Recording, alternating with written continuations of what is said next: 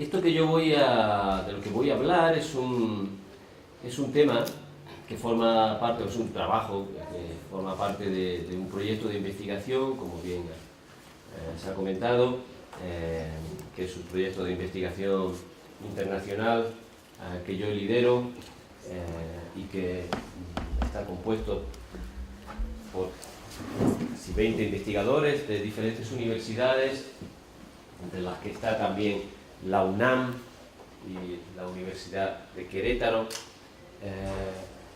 Y es un proyecto en el que trabajamos sobre inteligencia artificial, biotecnología y mejora moral.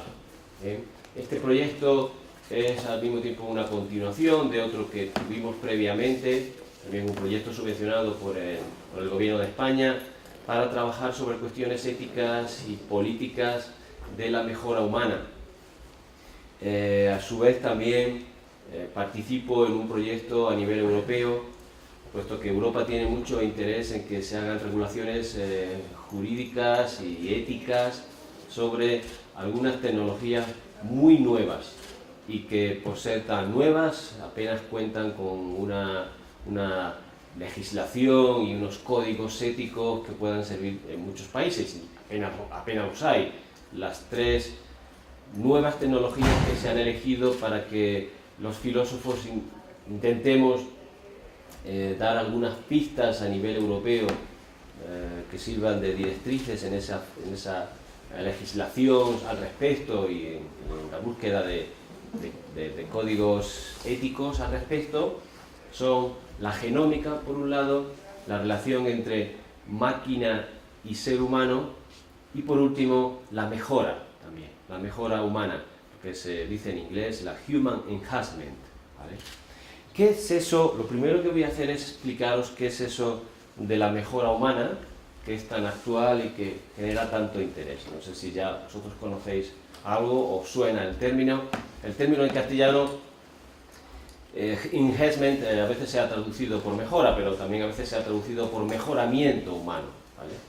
Y en lo que consiste, digamos, este ámbito de investigación y en el ámbito filosófico de reflexión, es un ámbito que se genera a raíz de un mayor conocimiento que se está teniendo cada vez, sobre todo del cerebro humano, y al mismo tiempo de la generación de nuevas tecnologías que podrían ser utilizadas y aplicadas para, con ese estudio mayor que tenemos de la neurología, poder llevar a cabo intervenciones en los seres humanos que no consisten en curar a los seres humanos, sino que consisten en mejorar sus capacidades. Ese realmente es el tema. Estos descubrimientos, tanto a nivel neurológico como a nivel tecnológico, con diferentes tecnologías, diferentes nuevas tecnologías como las que aparecen ahí, nos permitirían ya de alguna manera, en una manera todavía quizás a veces bastante provisional y bastante incierta y con muchos riesgos, nos permitiría mejorar ciertas habilidades de los seres humanos, ¿no? Por ejemplo, ciertas capacidades físicas, como sería la resistencia física, por ejemplo. Ya se han hecho experimentos con ratones. Hay por ahí en internet circulando un vídeo muy esclarecedor en donde se ven dos ratones, uno manipulado genéticamente y el otro no. El manipulado genéticamente se le ha manipulado el gen que se encarga de la metabolización de la glucosa en la musculatura, y el resultado es que, teniendo esos dos ratones en una cinta para correr, mientras que el ratón no manipulado genéticamente corre solamente 10 minutos y ya se cansa, el otro ratón manipulado genéticamente está corriendo y corriendo y corriendo y llega a correr 6 horas frente a los 10 minutos del ratón no manipulado genéticamente, teniendo en cuenta que muchos de los experimentos que se hacen con ratones luego finalmente son experimentos que sirven para entender que lo que se ha hecho al ratón puede servir también para los seres humanos. pues cabe pensar que no está muy lejos en el día en el cual podamos conseguir que los seres humanos sean, en este caso, más resistentes también físicamente, ¿no? Pero no solamente se trata de resistencia física, sino también, por ejemplo, de una mejor percepción también. No sé si habéis oído hablar de quien ya se considera que es el primer cyborg que tenemos, que es un señor que tiene una antena, Neil Harbisson, no sé si os suena, que tiene una antena conectada a su cráneo y también conectada a su cerebro de alguna manera, y que le permite, gracias a esa antena, percibir determinados colores que normalmente nosotros no percibimos, o percibir infrarrojos, por ejemplo.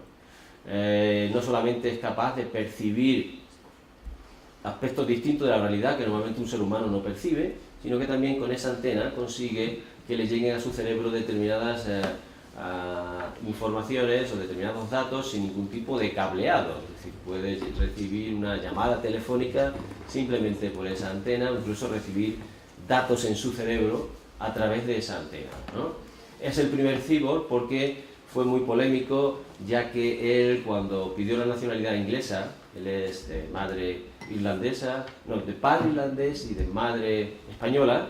Cuando él intentó pedir la nacionalidad inglesa, le exigía el gobierno inglés que a la hora de hacerse la foto para el pasaporte no tuviera la antena, pero él exigía el tener la antena en la fotografía porque consideraba que era parte de su cuerpo, ¿no?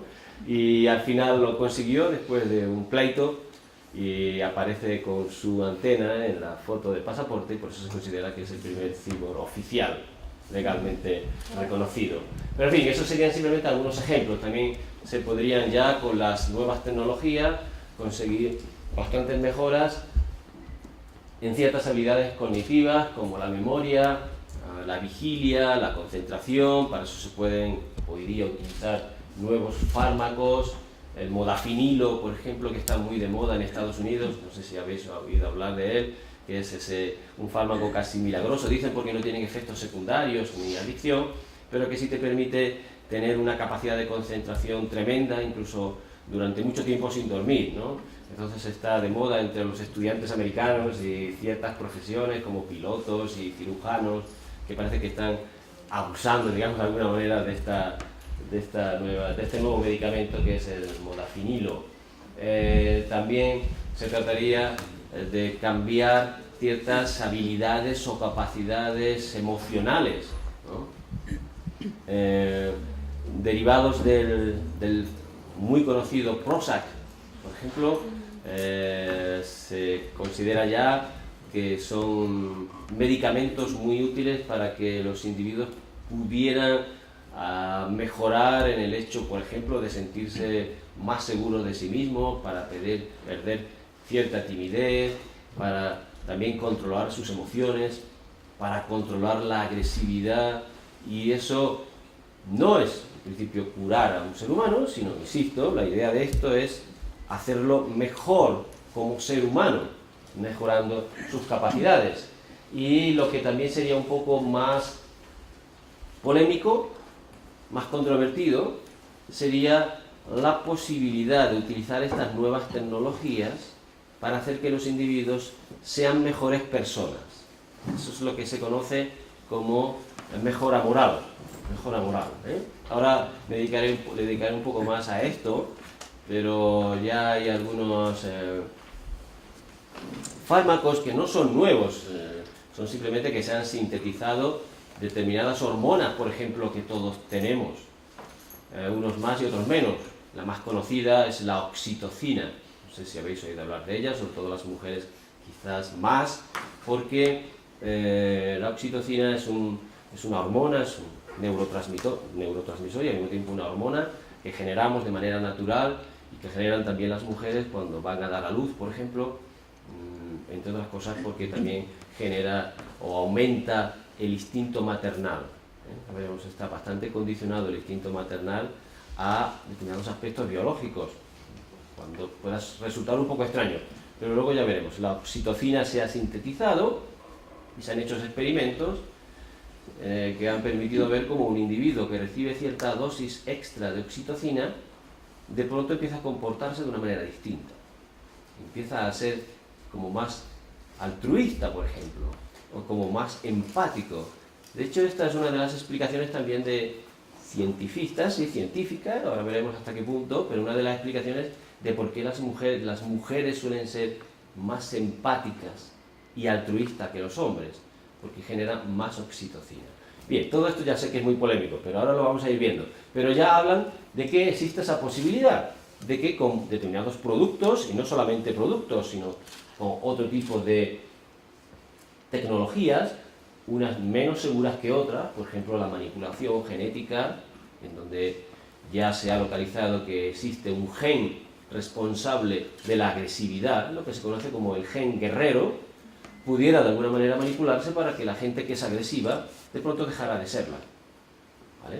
Por lo tanto, hay posibilidad de utilizar manipulación genética, hay posibilidad de utilizar la estimulación transcraneal en muchas de sus versiones, ahora después me referiré a algunas de ellas con más detalle, de manera que por medio de una cierta estimulación eléctrica, magnética de ciertas partes del cerebro, el individuo pueda cambiar también su comportamiento, su forma de ser, ¿no? O incluso utilizando la inteligencia artificial por medio de interfaces que conectan el cerebro con otros dispositivos, como por ejemplo puede ser un ordenador, como sería el caso este que he citado, de este primer cyborg, en donde lo que tiene sobre todo es una interfaz que le permite recibir determinada información en su antena y pasarla a su cerebro.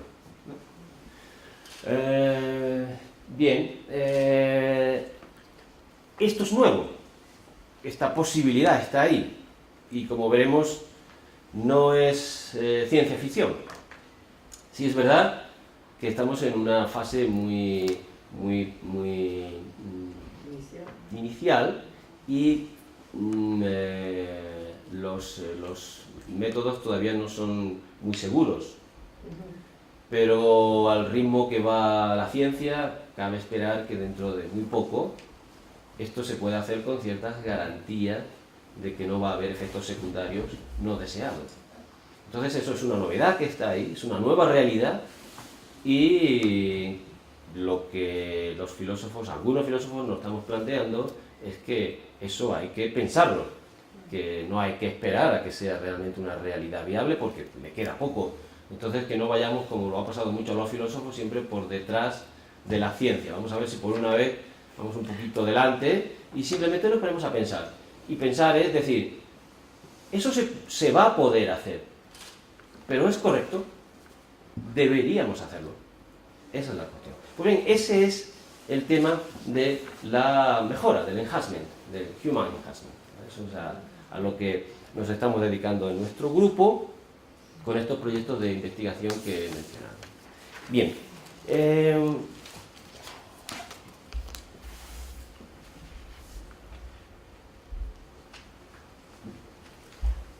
Algo importante que también quería decir, antes de empezar propiamente con el tema que voy a tratar aquí, es este problema de la mejora humana se puede tratar, se está tratando de dos maneras. Y eso está generando dos tipos de, digamos, de debates, que son dos formas de afrontar el problema de si es correcto utilizar esas nuevas tecnologías para hacer a los individuos mejores.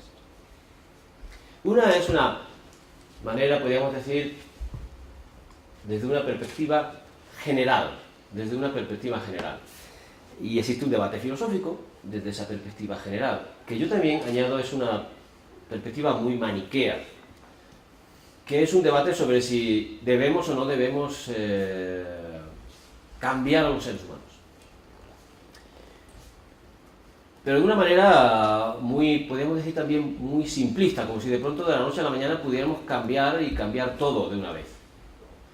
Claro, eso genera un debate entre planteamientos que se podrían llamar bioconservadores, que dicen no, en ningún momento, en ningún caso, de ninguna manera, tendríamos que cambiar la forma de ser de los seres humanos. Porque dicen es una cuestión de dignidad, porque es una cuestión de defender realmente lo propio de nosotros, y esto nos puede además introducir en una especie de pendiente deslizante que nos puede llevar a un mundo peor, a un mundo. Entonces vamos a dejar la especie como está. Frente a eso, hay otros filósofos que mantienen una postura, podríamos decir, radicalmente distinta, que entienden que claro que hay que cambiar a los seres humanos, que en cuanto que somos seres racionales, tenemos una obligación moral de cambiar a los seres humanos para estar mejor, porque ese es el objetivo de la mejora humana.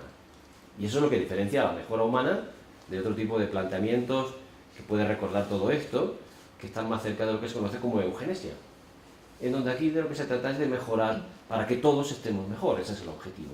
Y entonces estos autores, Bostrom, por ejemplo, es un representante de este planteamiento, entienden que hay que cambiar a los seres humanos, incluso hasta el punto de atravesar la barrera de la especie, hasta el punto de que incluso dejemos de ser seres humanos como tales y podamos generar una nueva especie.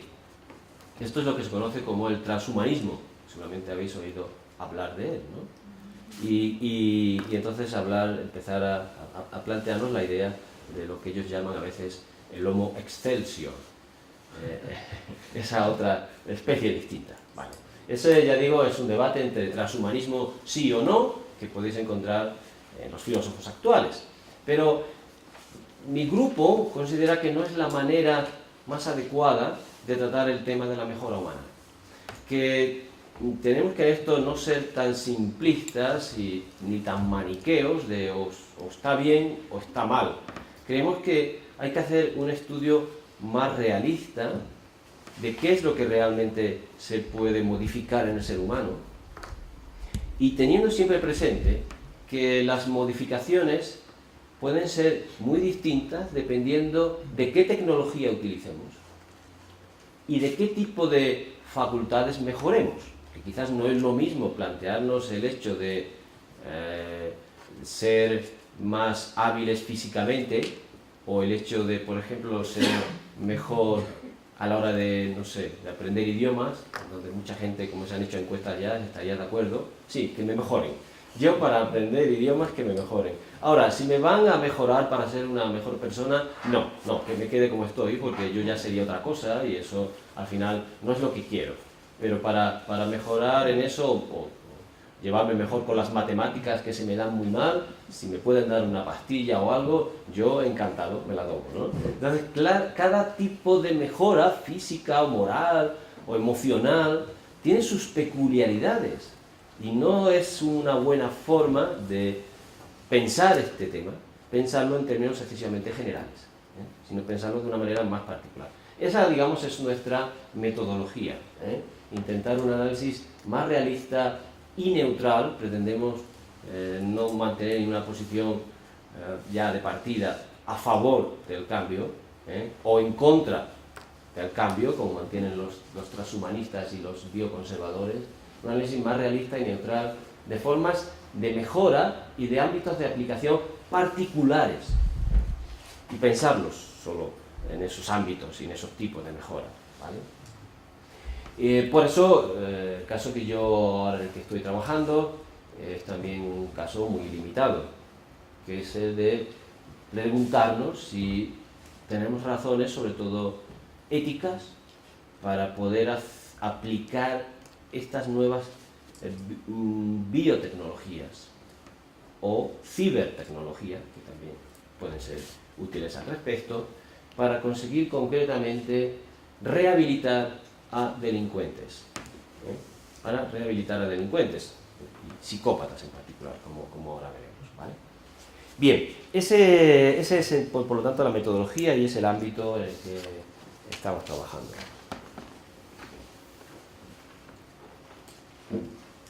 Bueno, lo primero es intentar un poco tranquilizar seguramente a aquellos que de pronto han dicho, ¿cómo? Biorehabilitación, no sé si en parte un poco las expectativas de esta conferencia iban un poco en esa línea de algo tan polémico como cambiar a unos delincuentes interviniendo en su biología. En fin, eso es lo que vamos a plantear aquí, lo que vamos a por lo menos discutir aquí, si eso es correcto o no es correcto. Pero es verdad que eso ya en principio choca bastante la idea. Y choca bastante porque en cierta medida todos pensamos, no sé, quizás seguramente será un poco influencia de lo que ha dominado los estudios de las ciencias humanas en muy poco tiempo, ¿no? La idea de que lo esencial para cambiar a alguien es la educación, ¿no? Y que al final la educación lo podía todo. Bueno, eso, como veremos ahora, está algo cambiando y parece que tendríamos que un poco reeducarnos en esto de entender que si no estamos biológicamente determinados, que yo creo que no estamos biológicamente determinados, sí es verdad que la biología tiene mucho más que decir sobre los seres humanos y que tenemos que prestar atención a la biología de los seres humanos, incluso cuando nos planteamos cómo educar a los seres humanos. Quizás lo estamos haciendo mal si entendemos que la educación lo puede todo. Y quizás hay que replantearse una nueva educación, conforme a descubrimientos que se están haciendo de una cierta determinación biológica de nuestra forma de ser y de nuestra conducta. Entonces, claro, esto genera reticencias porque existe esa creencia generalizada de que la educación lo puede todo. También cuando hablamos de rehabilitar a un delincuente. Y luego, por supuesto, lo que añado ahí es que los feos antecedentes que tiene esto de la biorrehabilitación. Lo primero que se le viene a uno a la cabeza son las lobotomías, en fin, que fueron unas prácticas muy habituales durante mucho tiempo. Incluso a Eva Perón también se le practicó una lobotomía para conseguir que no sufriera tanto en virtud del dolor que le producía un cáncer que ella tenía. Y se le practicó una de estas técnicas que, si no conocéis, consiste en algo tan, podríamos decir, rudimentario y brusco como utilizar un picahielo. Se hacía así literalmente, ¿no? Y entonces, introduciendo el picahielo por el lagrimal, se daba con un mazo hasta atravesar el cráneo y con ese picahielo finalmente cortar las conexiones del lóbulo prefrontal con el resto del cerebro, ¿no? El más famoso además fue el doctor Freeman, que ni siquiera era cirujano, pero que se hizo muy famoso llevando a cabo esta técnica que hizo a 40.000 personas, se tienen cifradas, muchas de ellas criminales, para intentar combatir también su agresividad y su tendencia al delito, ¿vale? Bien, por eso yo digo que esto en principio, en fin, genera ciertas reticencias. Pero también es verdad que las cosas están cambiando, y de hecho, en el ámbito de la justicia criminal ya se está empezando a utilizar la biología o determinados tratamientos biológicos, médicos, biomédicos, para mejorar la rehabilitación de los criminales, ¿no? Ahí pongo algunos ejemplos: ansiolíticos que reducen la agresividad y que se les recomienda que tomen a los delincuentes, para que sean menos agresivos; metadona, que atenúa la adicción; y quizás lo que últimamente es un poco más polémico también, el tema de lo que se conoce como castración química, conseguir reducir que los violadores o los pedófilos no tengan esa libido tan fuerte, utilizando el progestágeno para reducir su testosterona y el deseo sexual, ¿no? Y eso es un uso también, por supuesto, de la biomedicina, de determinados fármacos, para conseguir y facilitar la rehabilitación de los delincuentes. Bien, esto además va acompañado, podemos decir, de una gran aceptación popular, porque se han hecho ya también algunas encuestas y demuestran que, en general, los ciudadanos, en este caso son encuestas de Estados Unidos, donde más se han hecho, están muy a favor de que esto se haga y que se lleve a cabo estas prácticas de castración química, que en algunos países son incluso obligatorias para los pedófilos, y en otros países, como por ejemplo España, no es obligatorio, pero sí es una opción que se le concede al delincuente, al pedófilo, al violador, para que pueda someterse a un tratamiento voluntariamente de castración química, ¿vale? Entonces, bueno, las cosas están cambiando. ¿Por qué están cambiando? Bueno, quizás también porque no hablamos de técnicas como las técnicas del picahielo, sino que parece que es algo un poquito más fiable, podríamos decir más seguro, más humano, en el sentido de que es una práctica fin, es tomarse una pastilla o tomarse algo y no es que te reparen el cráneo, ¿no? De esa manera tan brutal. Y quizás también, esto ya sería algo que bueno, que quizás no esté demostrado, quizás también está un poco cambiando esa creencia de que la biología también tiene mucho que decir en cómo somos y que la biología, por lo tanto, también está muy presente a la hora de explicar el comportamiento de los criminales y que quizás, por lo tanto, hay que tener en cuenta eso y hay que utilizar intervenciones, llevar a cabo intervenciones donde se parta de que esa intervención lo que pretende es paliar esa determinación biológica, ¿no? Entonces, de esta medida puede decirse que hay cierto cambio también en lo que la gente piensa sobre si somos más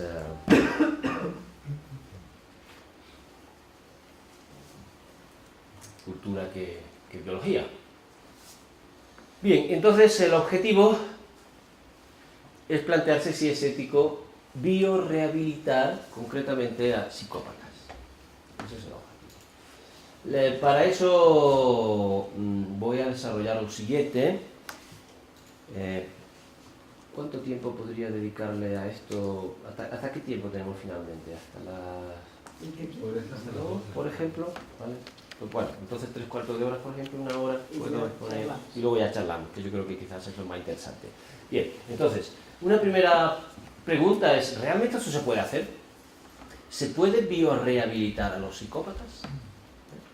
Para eso yo plantearé una hipótesis, y es la hipótesis de que los psicópatas son criminales, en parte porque tienen un déficit en sus habilidades morales. Bueno. Y luego intentaré comprobar si eso que por otro lado se está ahora investigando, que es, como dije al principio, la posibilidad de que las nuevas tecnologías cambien nuestra forma de ser, pudiera, con lo que conocemos ahora mismo, ser aplicable a las deficiencias de esos psicópatas que están motivando que los psicópatas sean criminales o tengan una conducta criminal. ¿Vale? Esa sería la primera pregunta que hay que responder. ¿Realmente se puede hacer? ¿Cómo se podría hacer? Y lo segundo sería preguntarnos si en el caso de que se pueda hacer, eso es correcto. Si eso es correcto. Para eso, lo que yo voy a plantear es un criterio general de cuándo las biomejoras morales son aceptables.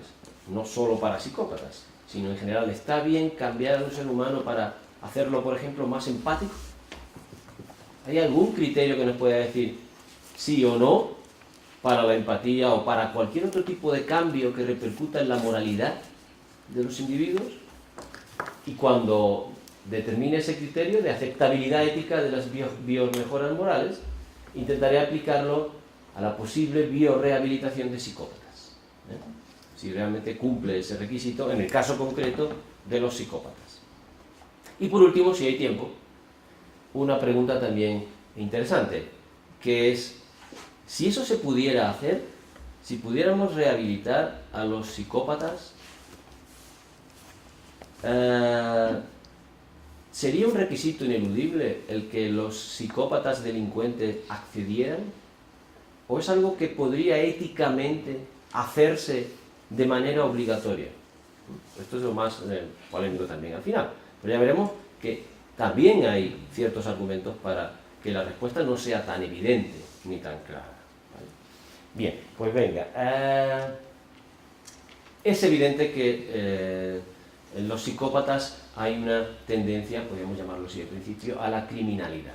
Es decir, los datos los demuestran. Ahí vemos un gráfico en donde vemos cuál es el tanto por ciento de psicópatas que existen entre nosotros en la población general, que oscila entre el 0,2 y el 6%. Os explicaré por qué hay esta oscilación, porque también hay ciertas discrepancias en la definición del psicópata. ¿Qué entendemos por psicópata? Por eso hay ese margen. Pero entre un 0,2 y un 6% de la población global se puede decir que es psicópata. Y eso lo comparamos con el índice de reclusos que son psicópatas, en comparación con la población reclusa en general. Bien, se dice que entre un 15 y un 47% de los presos son psicópatas. Claro, comparando una cosa con la otra, vemos que es evidente que hay una gran tendencia a la criminalidad por parte de los psicópatas.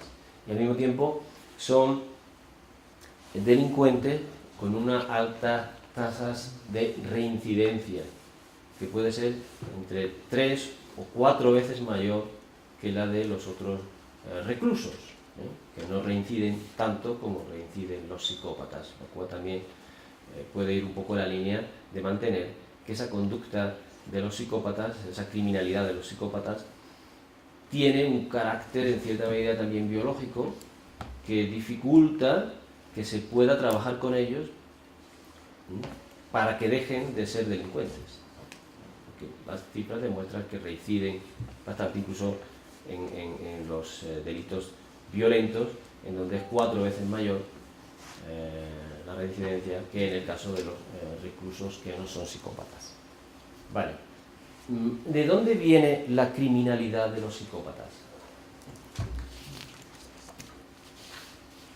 Bueno, antes decía que había dos formas de definir a un psicópata, porque ha habido caracterizaciones de psicópatas, dos sobre todo son las más conocidas, que según se han fijado más en el aspecto conductual o en el aspecto más, digamos,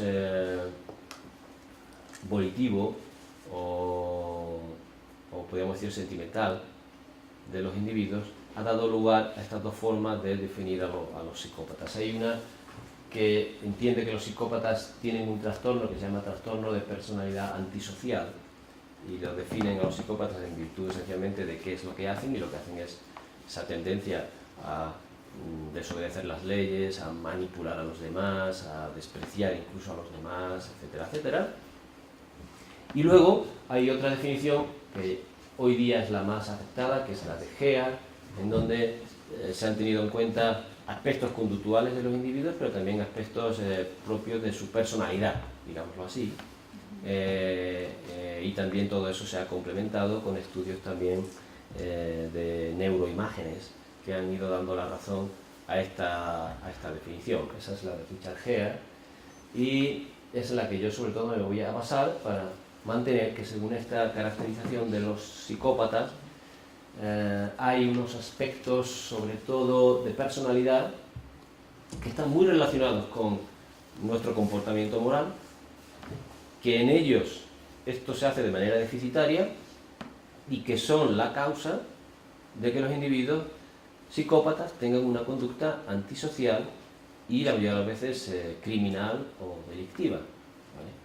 Esos rasgos son, supongo que seguramente habéis oído hablar mucho de esto cuando se habla de los psicópatas. El primero es el de la falta de empatía, y es evidente que esto es un rasgo de moralidad o que tiene alguna presencia en la moralidad. Los individuos son más morales si se ponen en el lugar del otro a la hora de preguntarse qué es lo que debo hacer, ¿vale? El problema de los psicópatas es que no tienen esa capacidad de ponerse en los otros, o no lo tienen tanto como lo tienen los individuos que no son psicópatas.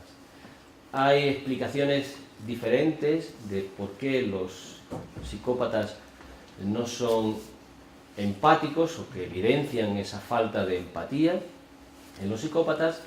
Durante mucho tiempo se ha defendido que es un problema a la hora de, digamos, del desarrollo moral de los individuos. Los niños a partir de 3 o 4 años empiezan a ser capaces de distinguir entre normas convencionales y normas morales, y a entender que las normas morales son más importantes que las normas convencionales. El cómo vaya uno vestido es una norma convencional, mientras el hecho de no dañar al otro, de no insultar al otro, es una norma moral.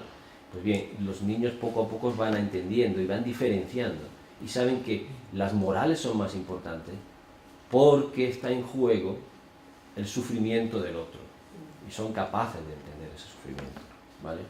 Son capaces de ponerse de alguna manera en el lugar del otro.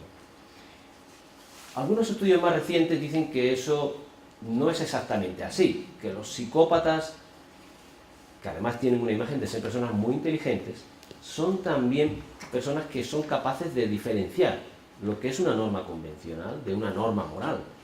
Pero dicen, no es un problema cognitivo. El problema es que a ellos no les motivan las normas morales. Sabe lo que es una norma moral y sabe que es distinta. Y sabe que las normas morales está en juego el daño que se le puede hacer a los otros. Pero simplemente a ellos no le importa el daño de los otros. Entonces las normas morales simplemente no les motivan. Vale. Otra característica de los psicópatas es su inestabilidad emocional. Es el que no pueden controlar sus emociones. El que esa falta de control de las emociones les llevan a ser muy impulsivos. En ese sentido, no tener en cuenta las razones que hay detrás de hacer una cosa o hacer otra. De pronto se olvidan de las razones y hacen simplemente aquello que se les antoja. Y eso que se les antoja, muchas veces, es ser agresivo con los demás. Esa falta de control emocional se traduce en un exceso de emociones agresivas contra los demás, ¿vale? Entonces se trata de agresividad y se trata de ser imprudente en el sentido de no darse cuenta de que una determinada acción le puede acarrear malas consecuencias, puede acabar en la cárcel. Pero llega un momento en el que, digamos, esas personas ni siquiera lo ven. Lo que se dejan llevar es simplemente por un impulso de agresividad, de hacer daño a alguien, aunque eso suponga que finalmente va a ir a la cárcel. Entonces, en ese sentido, podemos hablar de que son tremendamente imprudentes. No tienen en cuenta las razones, ni las razones que están basadas en qué efecto va a tener lo que uno va a hacer. ¿Vale? Y claro, de alguna manera, resultado de esa falta de empatía tremenda y de esa gran inestabilidad emocional, nos encontramos con que los psicópatas también se caracterizan por una conducta antisocial, muy antisocial, ya que no tienen ninguna empatía, son tremendamente egocéntricos, solo importan ellos, no tienen ningún tipo de remordimiento ni miedo al castigo, porque al final solamente se rigen por impulsos, y eso les lleva, por supuesto, a no respetar a los demás, incluso a despreciar a los demás, y lo que también es muy significativo, a estar dispuesto a llevar a cabo acciones que suponen un gran daño para sus allegados, para sus familiares. Algo que distingue, por ejemplo, a los psicópatas criminales de los criminales que no son psicópatas. Que ellos pueden hacer mucho mal, pero nunca a sus allegados, nunca a sus familiares. Sin embargo, los psicópatas sí pueden hacerlo. Y por otro lado también una gran habilidad para la manipulación, para engañar a los demás y también para mostrar ese desprecio por los demás, utilizando también la violencia, ¿no? Esa es, por lo tanto, digamos, la caracterización hoy día más extendida de lo que sería un psicópata y por qué un psicópata acaba siendo un criminal. Y por qué también hay una gran tasa de reincidencia entre los psicópatas. Bien, ahora, la pregunta: ¿cómo combatir esos rasgos de carácter? Esos déficits de moralidad que se traducen en criminalidad. Aquí tenemos el eterno debate. ¿Es una cuestión de educación o es una cuestión de biología? A la hora de plantearnos cómo los rehabilitamos, cómo conseguimos que no sean criminales, qué podemos hacer para que no sean criminales. ¿Vale? Bien, los datos que tenemos sobre los intentos de rehabilitar a los psicópatas por técnicas, podríamos decir, generalmente educativas o ambientales, los datos vienen a confirmar que funcionan poco. Los psicólogos pueden hacer poco para cambiar la conducta criminal de los psicópatas, y eso hay bastante evidencia científica al respecto y se ha intentado, pero no se consigue. al mismo tiempo nos encontramos con que se han producido avances que demuestran, en cierta medida, que los psicópatas tienen una genética y tienen una fisiología particular que en cierta medida es causante de ese comportamiento que les lleva a la criminalidad. Bien, ojo, esto no quiere decir, y yo estoy totalmente convencido, de que solo modificando esas causas biológicas del comportamiento criminal, de pronto se va a resolver el problema. Pero sí es verdad que todas las medidas de rehabilitación de psicópatas deberían tener en cuenta este tipo de determinación biológica para que finalmente fueran exitosas. El tema es que hoy día no se tiene en cuenta. En principio porque se parte de que eso no es ético. Que eso no es ético. ¿Cuáles podrían ser? Teniendo en cuenta esos conocimientos de que hay determinada fisiología en los psicópatas que es la responsable de que ellos sean criminales. ¿Existen biotecnologías que estén a nuestro alcance y pudieran en principio servir para combatir esos déficits, que son déficits morales? ¿Existen biotecnologías de mejora moral que se pudieran aplicar a los psicópatas?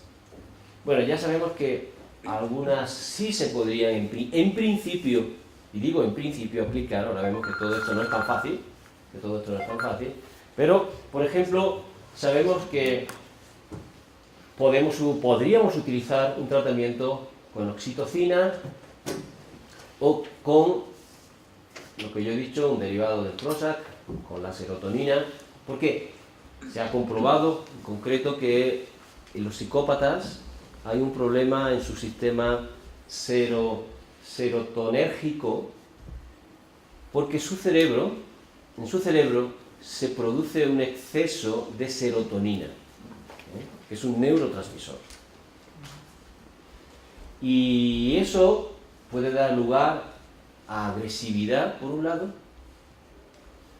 y por otro lado también puede dar lugar a una falta de disposición a la serotonina, como la estimulación transcraneal, para conseguir el control emocional de los psicópatas, que si recordáis era esa gran impulsividad que se producía en ellos.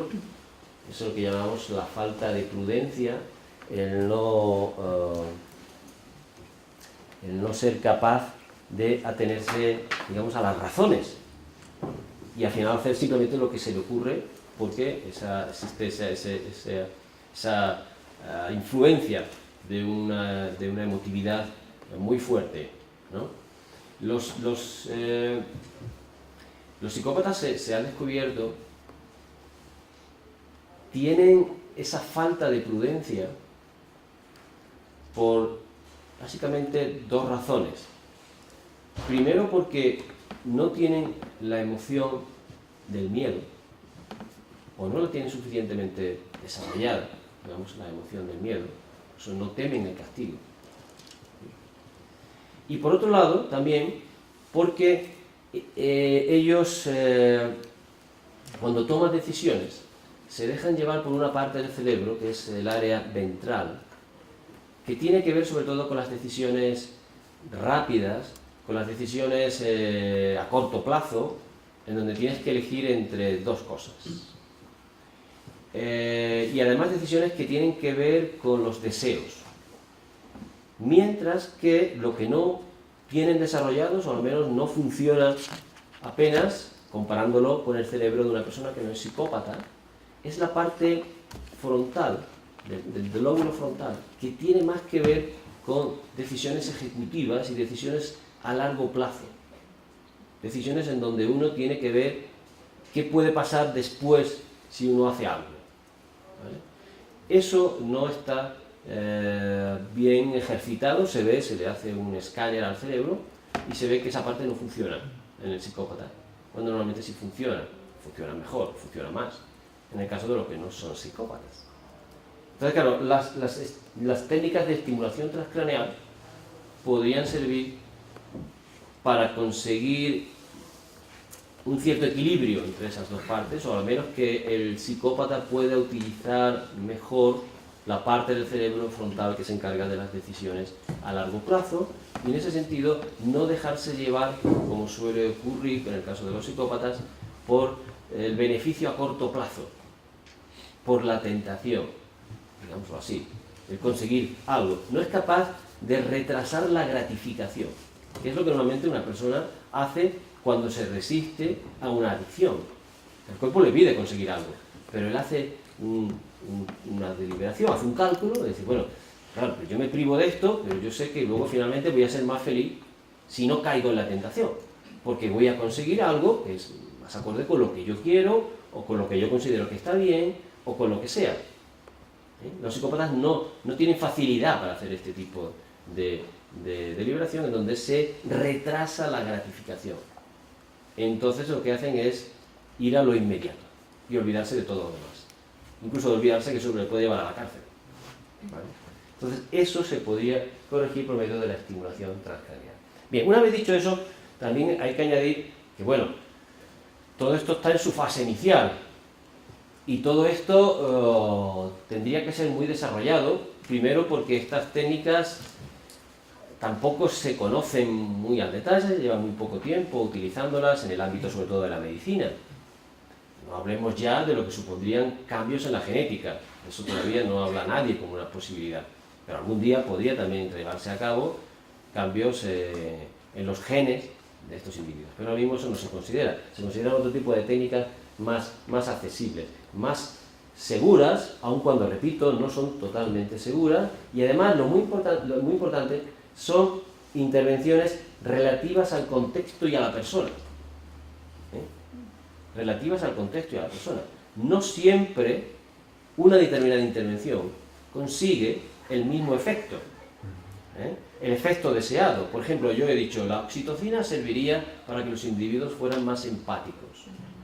Sí, más empáticos en determinados contextos. Por ejemplo, la empatía que se desarrollaría con la oxitocina sería una empatía intragrupal.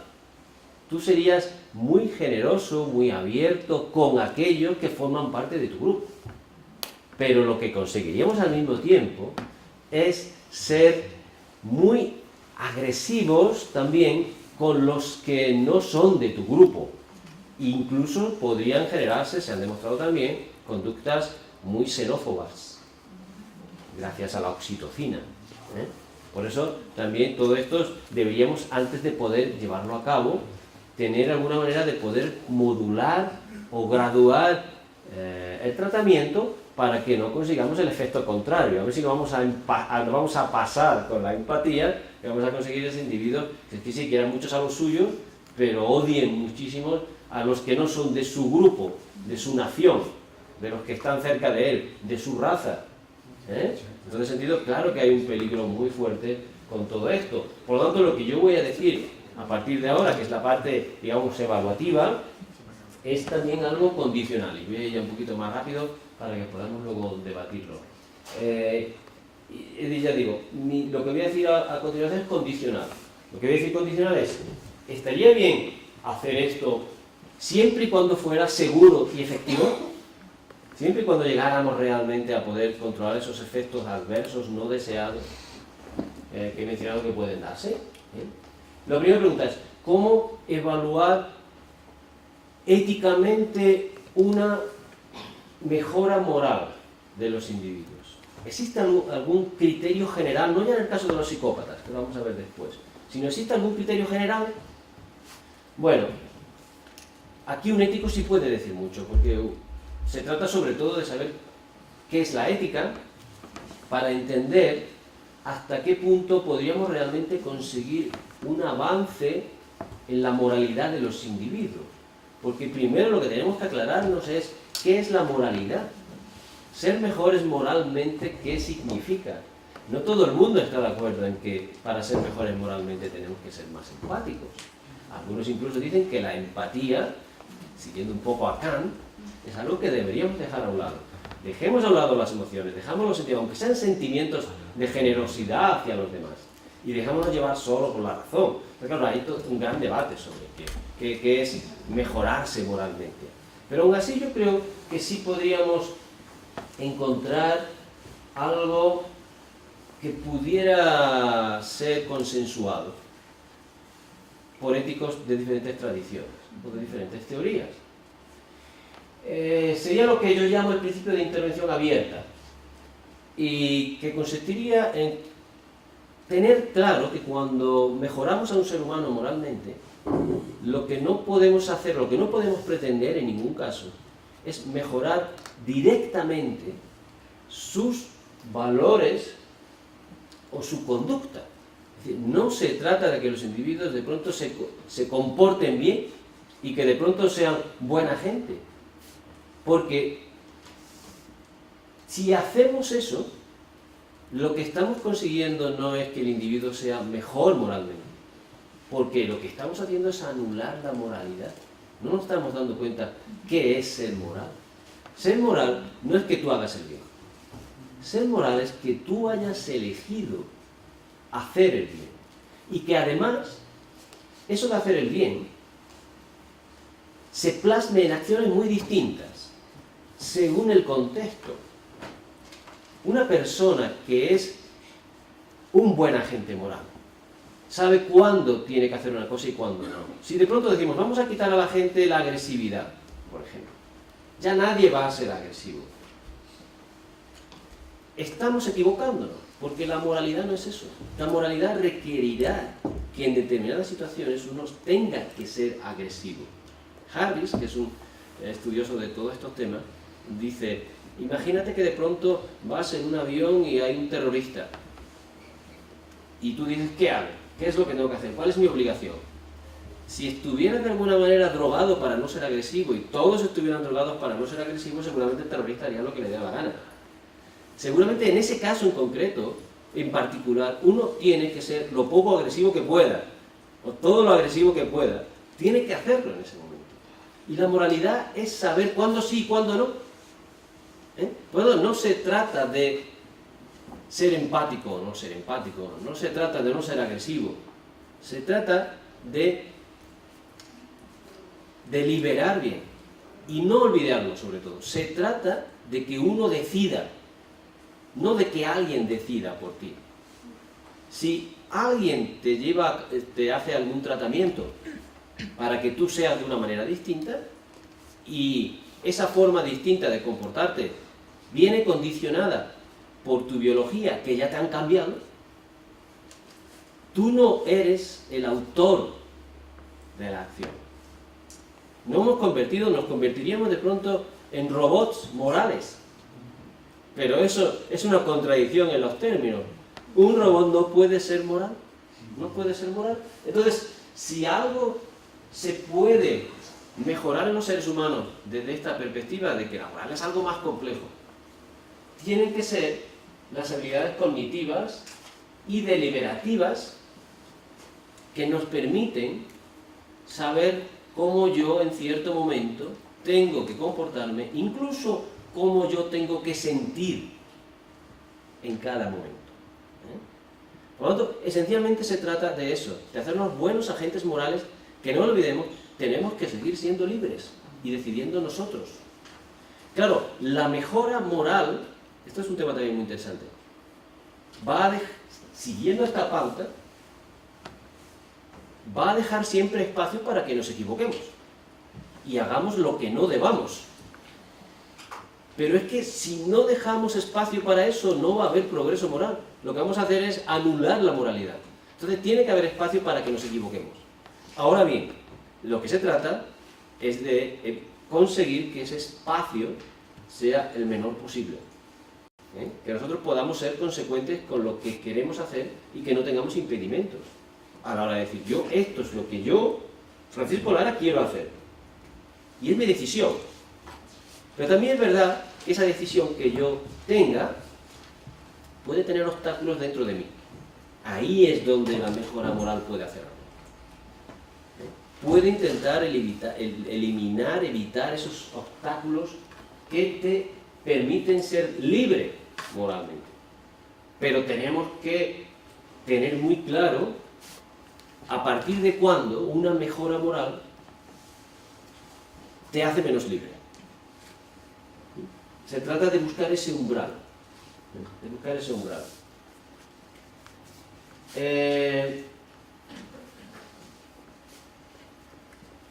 ¿Y qué significa esto?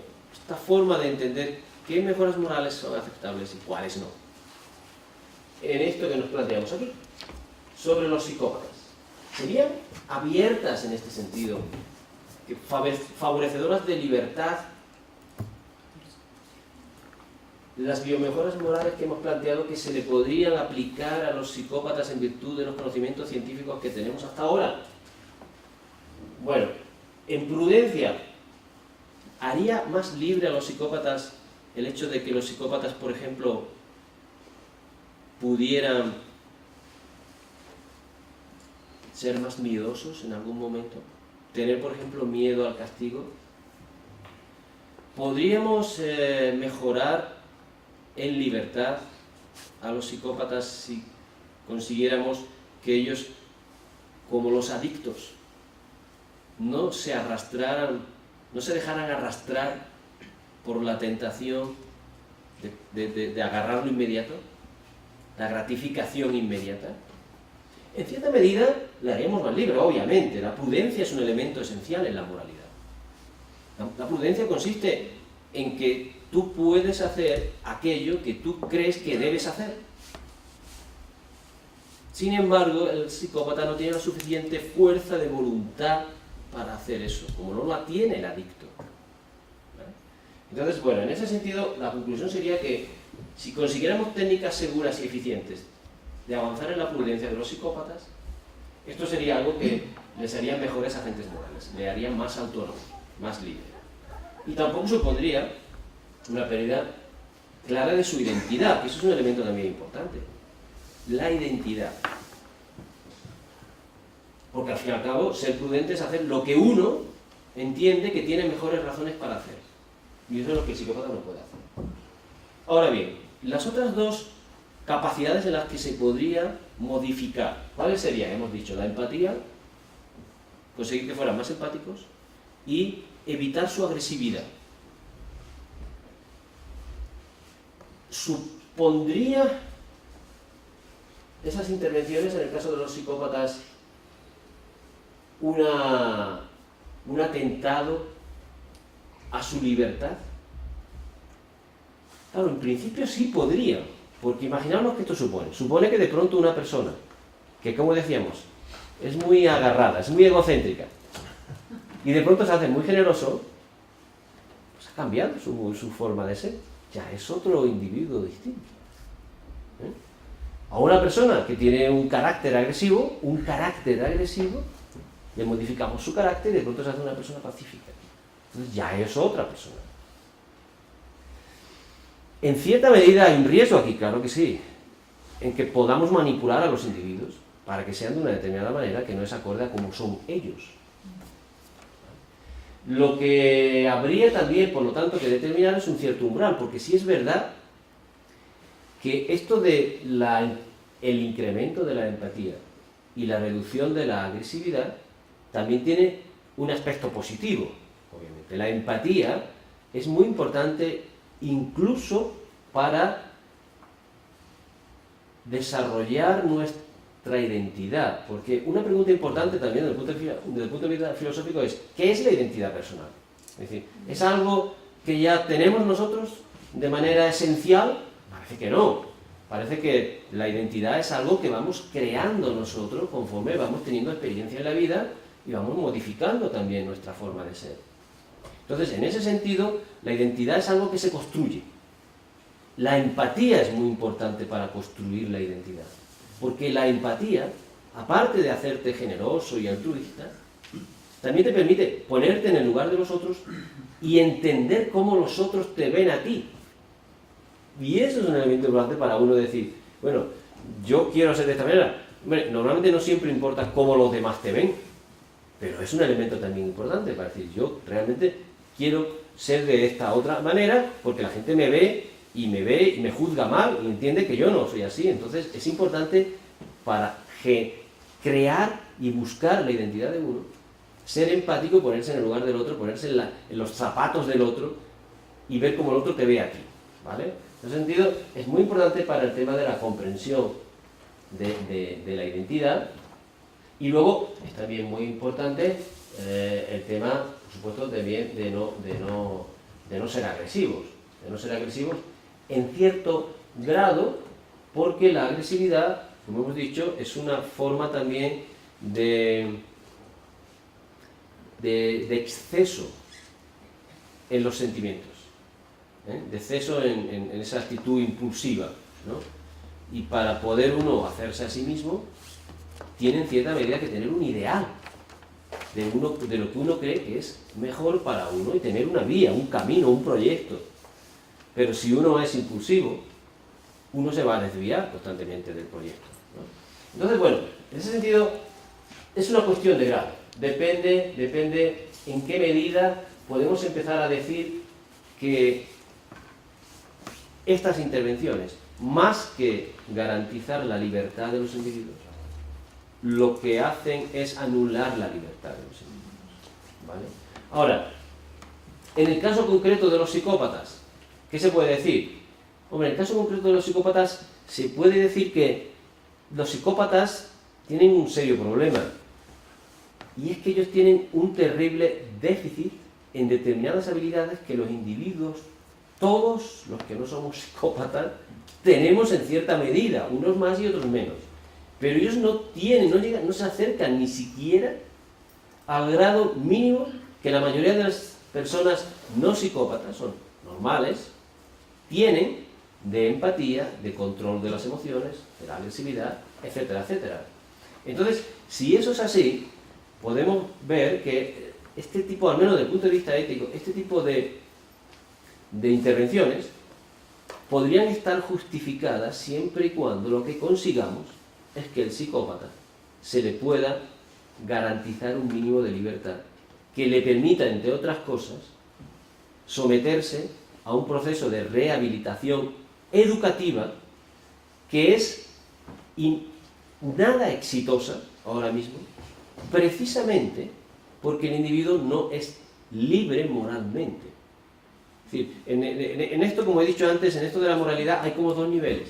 Hay un nivel básico en donde uno tiene deseos, tiene emociones, tiene datos a un nivel, podríamos decir, crudo. Pero luego hay un nivel, el buen agente moral, hay un nivel superior que es capaz de interpretar y de aplicar en cada caso y de controlar esos deseos, esas emociones y esos datos que él tiene, ¿vale? El problema del psicópata es que lo que tiene en ese nivel crudo, en ese nivel de la materia prima, es tan fuerte que bloquea la parte deliberativa. Es decir, él es tan agresivo, él es tan impulsivo, él es tan egocéntrico, que no puede pensar sobre qué hacer con eso que tiene a ese nivel. Es decir, él es un esclavo de sus impulsos, de sus motivaciones. Entonces, desde ese punto de vista, y teniendo en cuenta que ya que no sabemos hasta dónde se le puede ir mejorando, siempre y cuando sea un pequeño acercamiento a lo que es normal entre todos, a un mínimo grado de empatía que nos permite a todos, en algún momento, ponernos en el lugar de los otros, y en algún momento llevar a cabo planes de ayudar a los demás, ya habremos conseguido aumentar su libertad, porque no le estamos obligando a ser de una manera distinta. Es como que le estamos permitiendo que él pueda elegir cómo él quiere ser, porque el problema que tenemos es que ahora él ni siquiera puede elegir, ¿vale? Y eso significaría darle libertad, porque significaría permitirle que él pueda decidir sobre sus deseos, sobre sus proyectos, y por supuesto también supondría evitar esa tendencia a la criminalidad que le lleva a reincidir constantemente en el crimen, ¿vale? Y ya acabo muy brevemente con ese otro tema, quizás un poco más polémico, que era el tema del consentimiento. ¿A un psicópata se le podría obligar a someterse a un tratamiento? Ya veo caras por ahí como diciendo, ¿obligar? Bueno, vamos a ver, estamos hablando de libertad, claro que sí. Hemos dicho que es un elemento importante. Permitir que el individuo cada vez sea más libre. ¿Cómo se puede justificar quién mantuviera que sí, que se le puede obligar, como por ejemplo en algunos sitios se le obliga a un violador a someterse a una intervención de castración química, incluso contra su voluntad?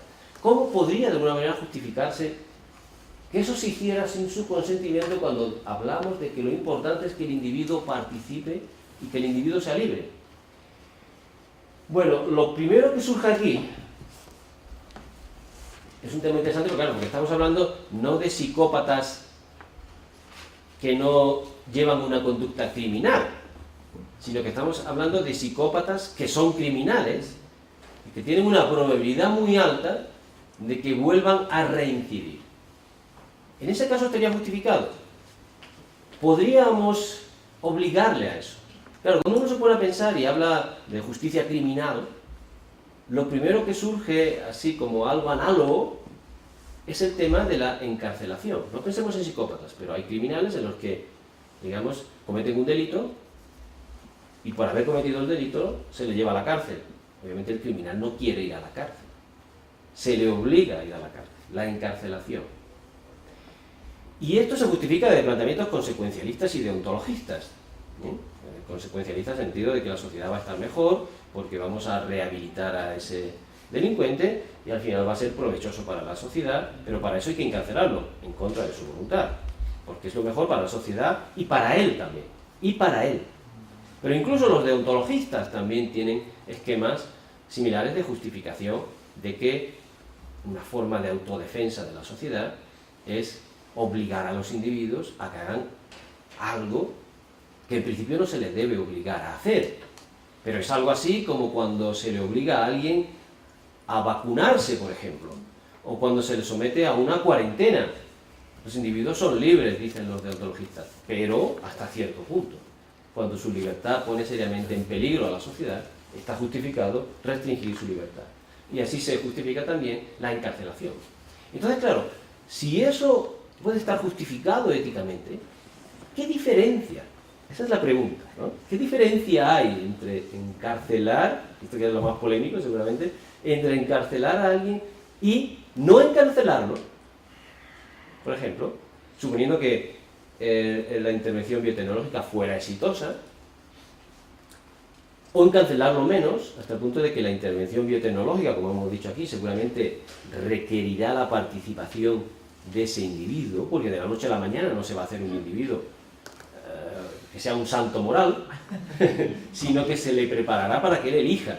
Pero luego la rehabilitación consistirá en un sistema educativo en donde él tiene que participar y en donde es esencial la participación, para que se haga de una manera o acorde con esa libertad individual que la que decimos se está defendiendo aquí, ¿no?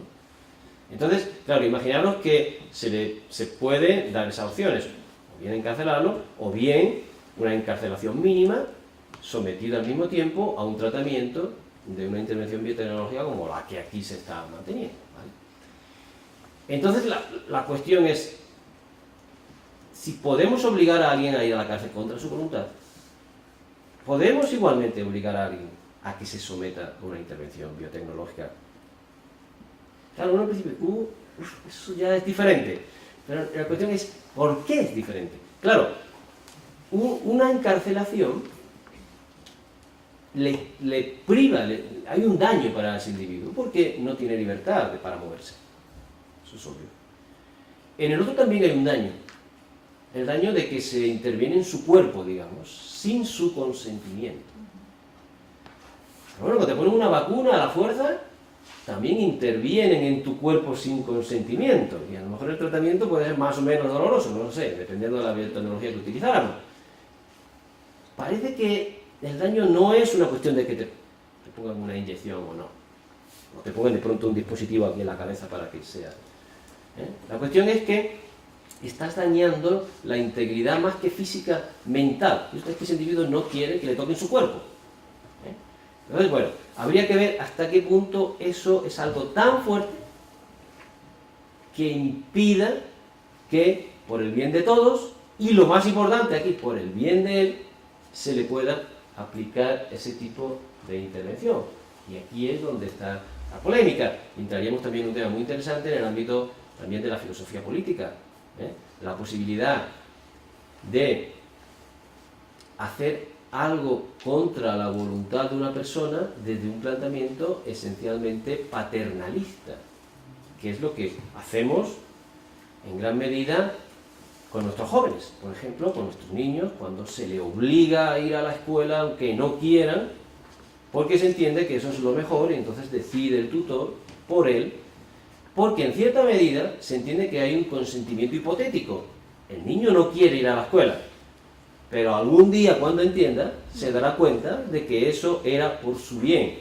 Algunos teóricos podrían defender también que este tipo de obligación a la intervención, a ser intervenido, podría estar justificado de un cierto consentimiento hipotético, que sería, es decir, él no lo ve ahora, pero verá algún día que gracias a esto él ha sido más libre, ha podido elegir con su vida qué hacer, ha podido someterse a una intervención educativa y, participando con los demás, llegar a crear su propia identidad, no la que su naturaleza le imponía, crear su propia identidad y finalmente no ser reincidente, no volver a la cárcel, que en principio es algo que requiere.